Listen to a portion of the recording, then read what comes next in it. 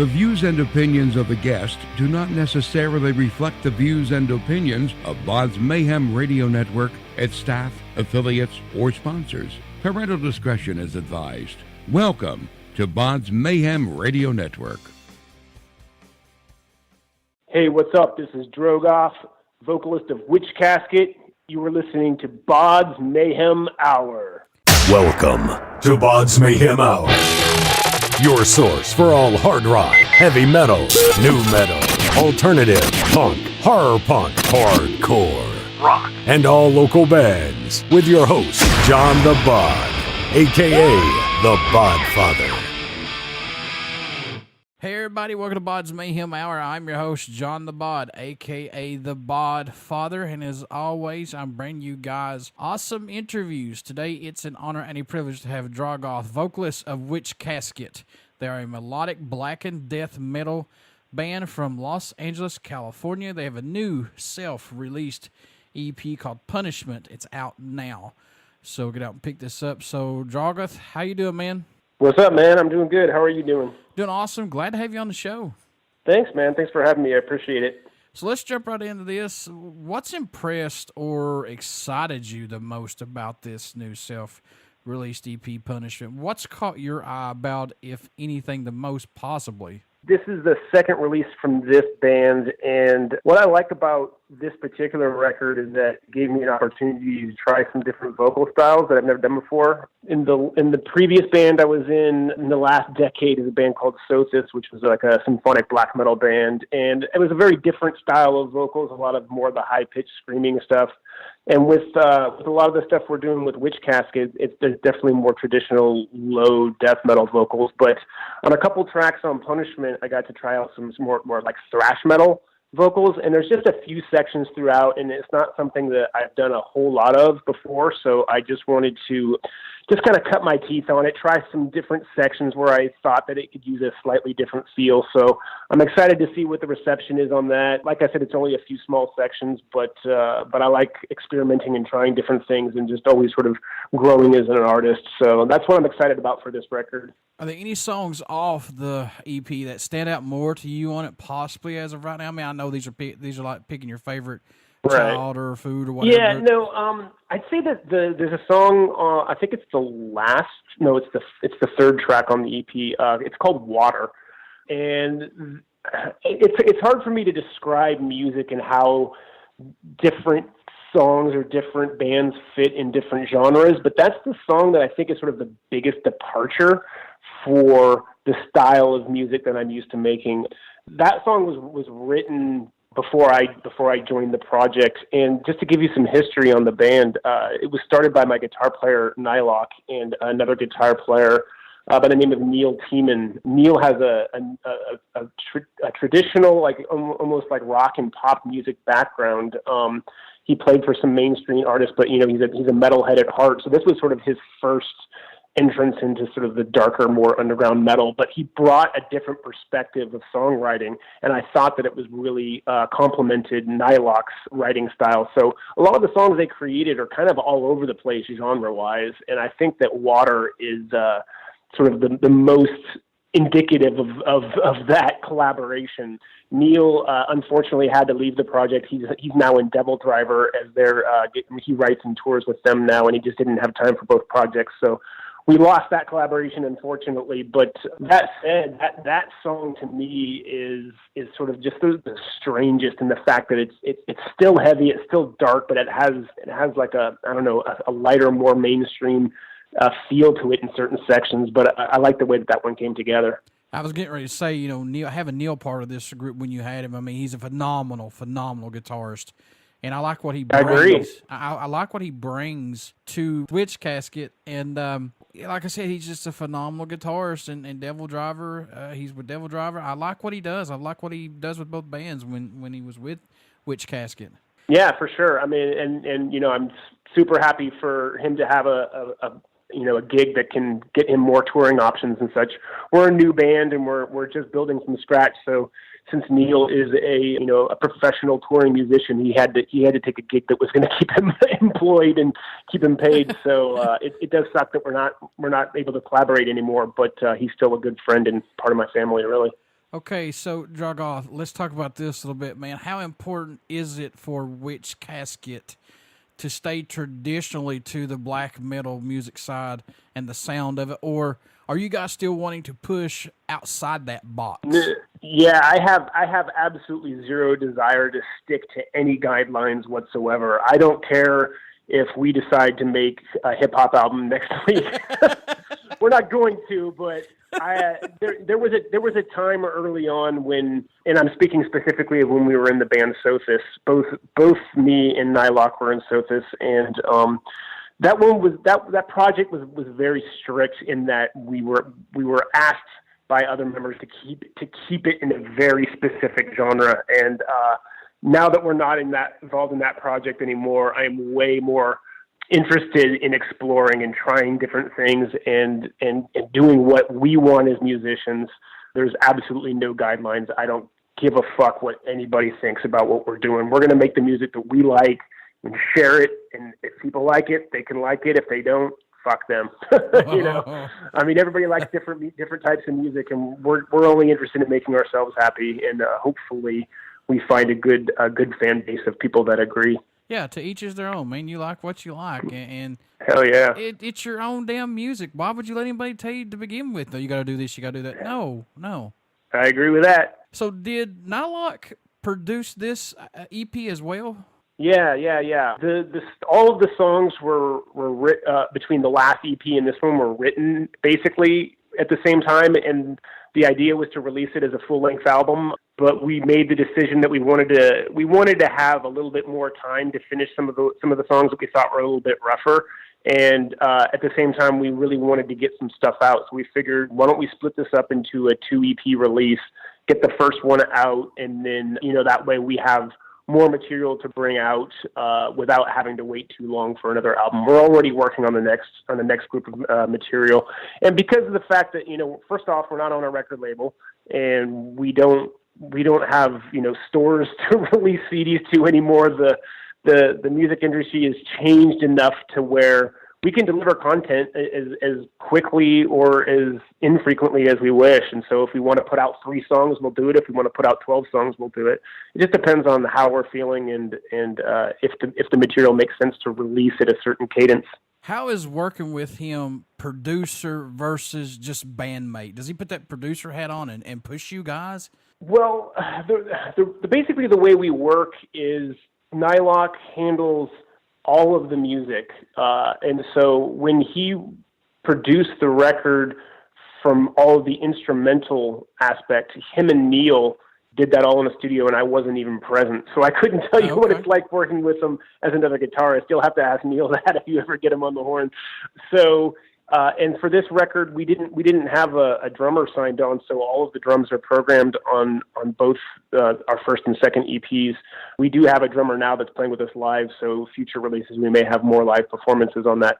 So basically, Nylock as the producer basically wrote and recorded all of the instruments except for the second guitar, which Neil Tiemann did. So what happens is those guys record completed pre-production songs and deliver them to me, at which point I will write the lyrics and figure out the vocal patterns, and then we'll go and record pre-production vocals in Nylock's studio, and that's when he and I work together as producer and or musician. That said, we each pick our battles. If he hates something I'm doing, he'll make it known, and if he asks me for a change and I tell him that I hate his idea, then he'll back off depending on how strongly I feel about it. So we both have ideas and concepts, and we not 9 times out of 10 we like each other's ideas. So it's not a very there's not a ton of friction between the two of us. We don't always agree, but for the most part, when it comes to creative ideas, we work together really well. What have you brought to this band since you've just recently joined it here? I know you mentioned you wasn't on that side of that last EP or anything, but what have you brought to this band, man? So what I feel are my strengths are my ability to come up with really catchy vocal patterns and lyrics, and I deliver the vocal performance. I don't have anything to offer on the music writing side. On the instrumental side, Nylock is mind-numbingly talented musician. I have nothing to teach him or to bring him to offer. I never give him any input other than maybe during the mixing process if I think something's not loud enough or whatever. When it comes to the instrumental, he writes that. So I basically bring what any vocalist would bring to a project. On top of that, what I also bring to the project is basically any visual representation of the band. So I have done all of the artwork. I do all of the I arrange and edit all the photos for our photo shoots, and then I have directed 3 of our 4 music videos as well. And so I'll come up with the concepts for the music videos and then produce those as well. So I feel like I'm a decent vocalist, but I believe that my value as a band member is being able to handle that sort of visual representation of what the band is at a very high professional level. Do you like that side of being kind of like in the background and doing all this other stuff that people may not realize that you're doing? Do you like that, man?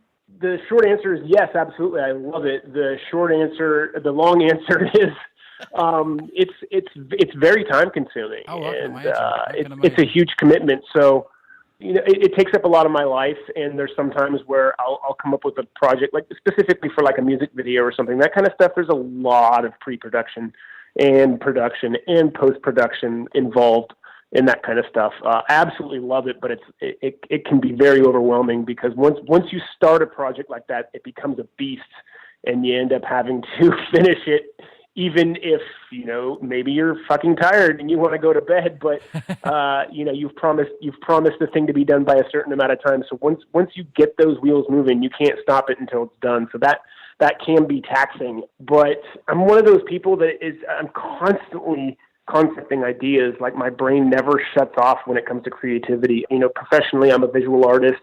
In my spare time, I'm a visual artist.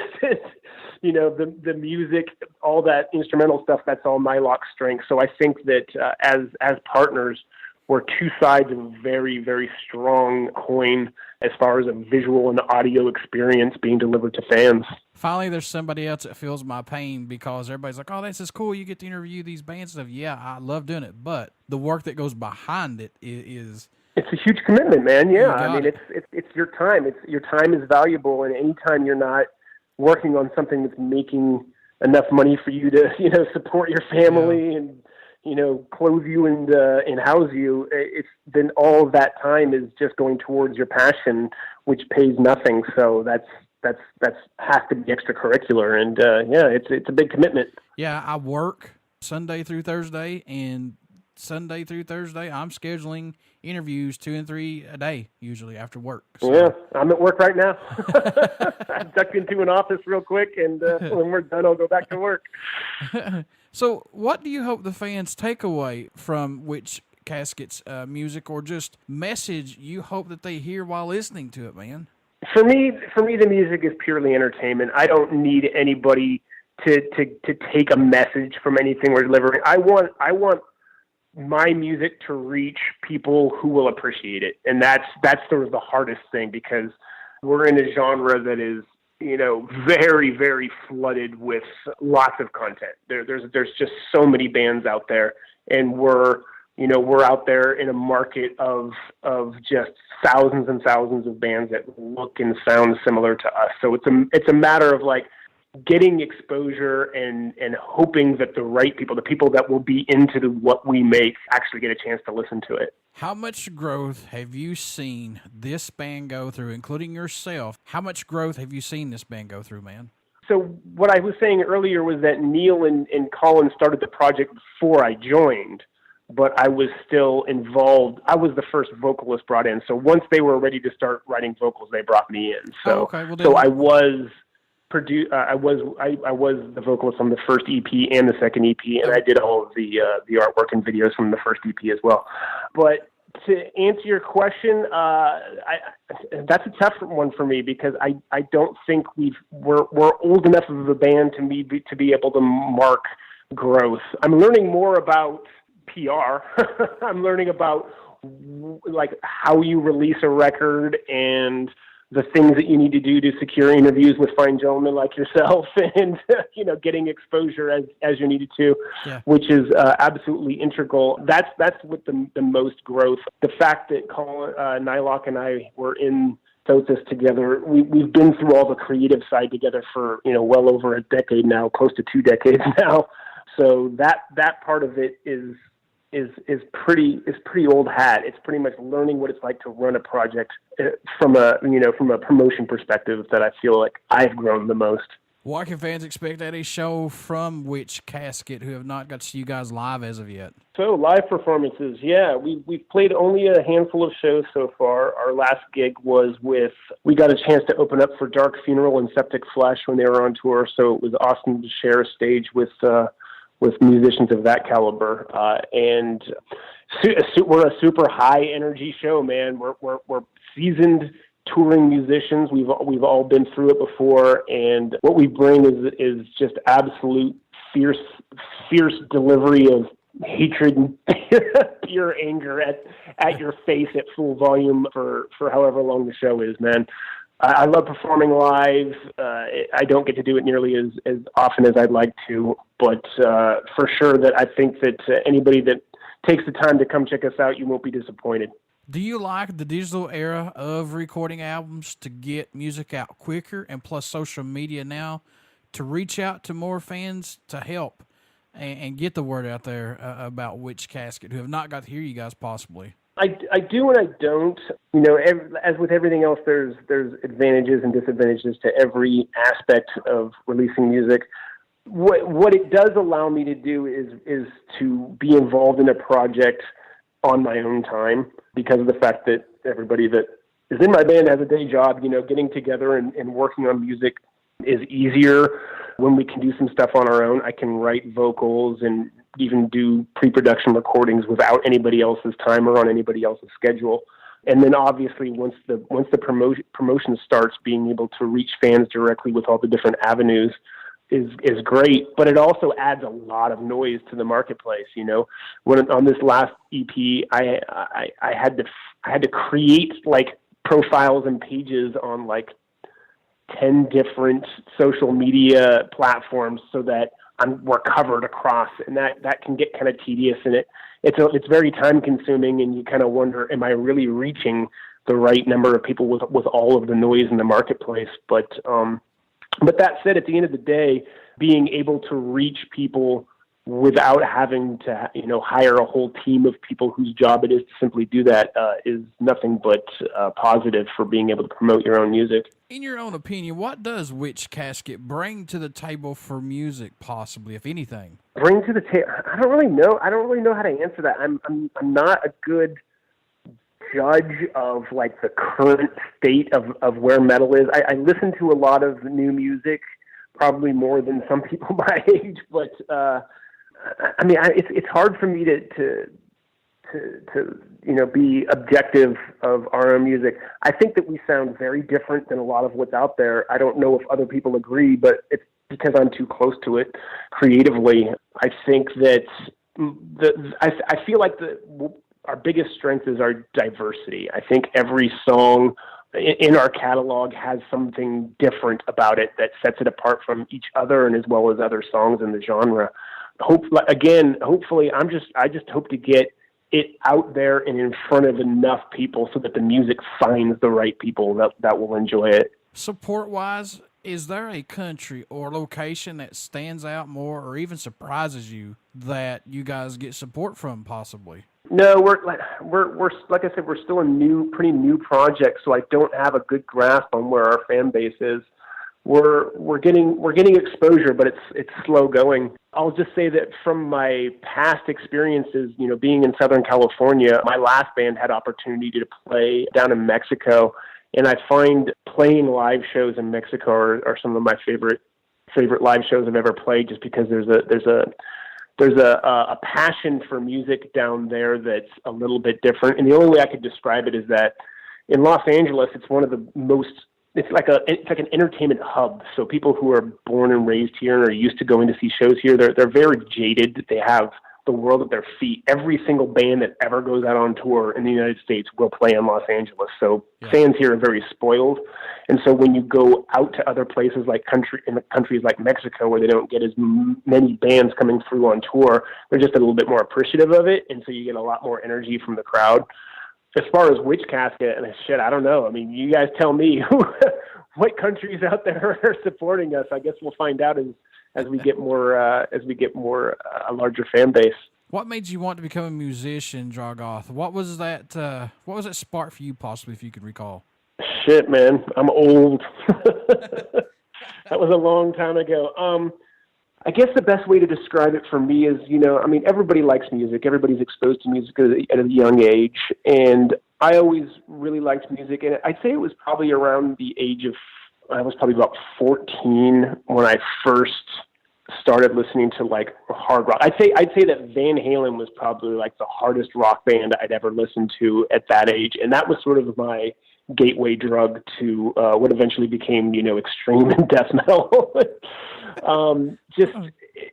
There's just something about metal music that what it means to me is it's more than just, this is something I listen to. Like it's like a part of who I am. And I just turned 46 last week, so this is something I've been passionate about and doing for more years that I've been alive than I have not been alive. And I find myself in a community of both artists and just fans of music that we share with each other something that is unspoken, and it's just this bond that comes from being a metal fan. And it's something that's hard to describe, but you just feel it in your heart. And I'm sure you feel it too, and I'm sure a lot of people listening do too, man. I'm sure. It's something that you can't deny. Yeah, from the age of like 14, 15, like I said, 14, I started listening to Van Halen. By 15, it was Metallica. And by 16, it was Death and Obituary. And, from there on, it was just, I am a fucking metalhead. And I'd say probably around age 15 or 16, I started playing drums. So I was a musician as a drummer all the way up until, I don't know. In my early 20s, I got very career focused, and I wasn't as focused on music. So I stopped playing drums and wasn't involved in music as much, and I was focusing on my career. And then later in my late 20s, early 30s, I decided, fuck this, man. I got to get back into making music. And so I started working on extreme metal vocals, and I've been doing that ever since. So so it's in my blood, man. And I don't know how much longer I'm going to do it. I want to keep doing it. It's something I absolutely, am drawn towards in every fiber of my being, Once it's in your veins, man, that's it. It's over. For sure. But it's like I've always said, man, it's the best drug you can ever fucking have. That is for sure. Yeah, for sure. Especially because I'm pretty sober these days, so it's my only drug. All right, man. Drogoth, how can folks stay in touch with you guys? Buy this EP, merchandise, tour dates when you do go on tour, things like that. How can you do that? Yeah, we're not leaning into merch right now. We've printed up some T-shirts for our local shows, but we're not selling anything first. We're trying to build a fan base with the music first, and then we'll worry about coming up with some cool designs for selling merch once we feel like there's a demand for it. Right now, the best way to get the new EP is through our Bandcamp page. So that's Bandcamp. Just go to Bandcamp and search for Witch Casket. Our first EP, we actually made CDs of. You can order that through cdbaby.com and search for Witch Casket. Digitally, we're available everywhere. If you go to Apple Music, if you go to Google Music, if you go to Amazon Music, if you go to Spotify, if you go to Pandora, we are everywhere digitally. And like I said, our first EP is available in CD format, but we opted not to print up CDs for the second one based off of the sales of the first one. But pretty easy to find. We have a Facebook page. We got a website. We've got a YouTube page. We've got 4 music videos out. We just did a music video for the title track of the new EP. So Punishment, the music video is on YouTube now. You can go up there and find it there. Before I let you go, good sir, would you care to do a promo for my show? Sure, man. Hey, what's up? This is Drogoth, vocalist of Witch Casket. You were listening to BODS Mayhem Hour. Everybody stick around. We got some great music coming up, and you only hear these interviews right here on BODS Mayhem Hour and BODS Mayhem Radio Network. Please check us out on Facebook. Also, check us out on our YouTube page, and we also have a podcast link as well. All of this is found on the BODS Mayhem Hour Facebook page. Keep in touch with us, folks. We got some more great stuff coming up. Thank you so much, Drogoth, for being on here. Thanks, brother. I appreciate you having me.